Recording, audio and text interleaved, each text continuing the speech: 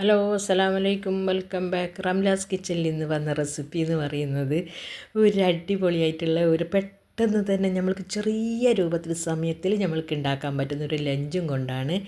എങ്ങനെയാണ് ഉണ്ടാക്കുന്നതെന്ന് നോക്കാം. നമ്മൾ രാവിലെ തന്നെ കുട്ടികൾക്ക് സ്കൂളിൽ പോകുമ്പോഴും അതുപോലെ ഓഫീസിൽ പോകുന്ന ജോലിക്ക് പോകുന്നവർക്കൊക്കെ ടെൻഷൻ പിടിക്കുന്ന ഒരു കാര്യമാണല്ലോ കറിയൊന്നും കിട്ടാക്കുമ്പോൾ ഉണ്ടാകുന്ന.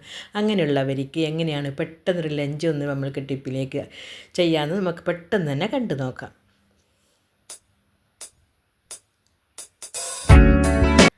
അതിനു വേണ്ടി ഞാനൊരു ചീനച്ചട്ടി അടുപ്പത്ത് വെച്ചിട്ടുണ്ട്. അത് നല്ലതുപോലെ ചൂടായിട്ട് വരുമ്പോൾ ഞാൻ അതിലേക്ക് 1 ടീസ്പൂണ് വെളിച്ചെണ്ണയാണ് ഒഴിച്ച് കൊടുത്തിരിക്കുന്നത്.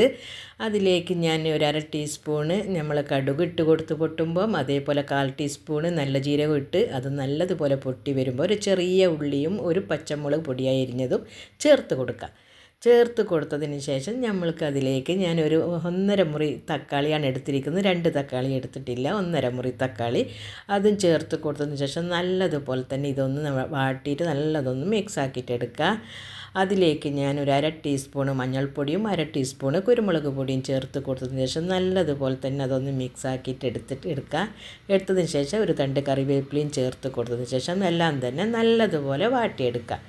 അതിലേക്ക് ആ പച്ചക്കറിയൊക്കെ കുറച്ചങ്ങോട്ട് നീക്കി വെച്ച് അതിൻ്റെ നടുവിലേക്ക് നമ്മൾക്ക് 2 കോഴിമുട്ട ഇതേപോലെ അടിച്ച് ഒഴിച്ച് കൊടുക്കുക. ഒരു 2 മിനിറ്റ് കഴിഞ്ഞതിന് ശേഷം അത് നല്ലതുപോലെ ഒന്ന് ഇളക്കി നമ്മൾക്കിതൊന്ന് മിക്സ് ആക്കിയിട്ടെടുക്കുക.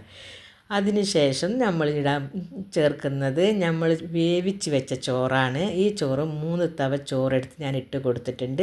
ഇതെല്ലാം നല്ലതുപോലെ തന്നെ മിക്സാക്കി എടുത്തിട്ട് നമുക്കിതൊന്ന് മാറ്റി വെക്കാം. എങ്ങനെയുണ്ട് നമ്മൾ ഇന്നത്തെ ലഞ്ച്? നിങ്ങളെല്ലാവരും ഉണ്ടാക്കി നോക്കണം. മക്കൾക്കൊക്കെ ഉണ്ടാക്കി കൊടുക്കാം. വെളിച്ചെണ്ണയ്ക്ക് പകരം മക്കൾക്ക് ബട്ടറും അതേപോലെ അല്ലെങ്കിൽ നെയ്യൊക്കെ ചേർത്ത് കൊടുത്ത് കുട്ടികൾക്കൊക്കെ ഇതെല്ലാം ഉണ്ടാക്കി കൊടുക്കാം. മുട്ടയ്ക്ക് പകരമായിട്ട് ബീഫോ ചിക്കനോ എന്തെങ്കിലും വേവിച്ച കറിയിലുള്ളതുണ്ടെങ്കിൽ അതൊക്കെ പിച്ചിട്ട് കൊടുത്ത് എല്ലാം തന്നെ നല്ലതുപോലെ ചെയ്തിട്ട് നമ്മൾക്ക് ഒരു അടിപൊളി ലഞ്ച് റെഡിയാക്കി എടുക്കുക.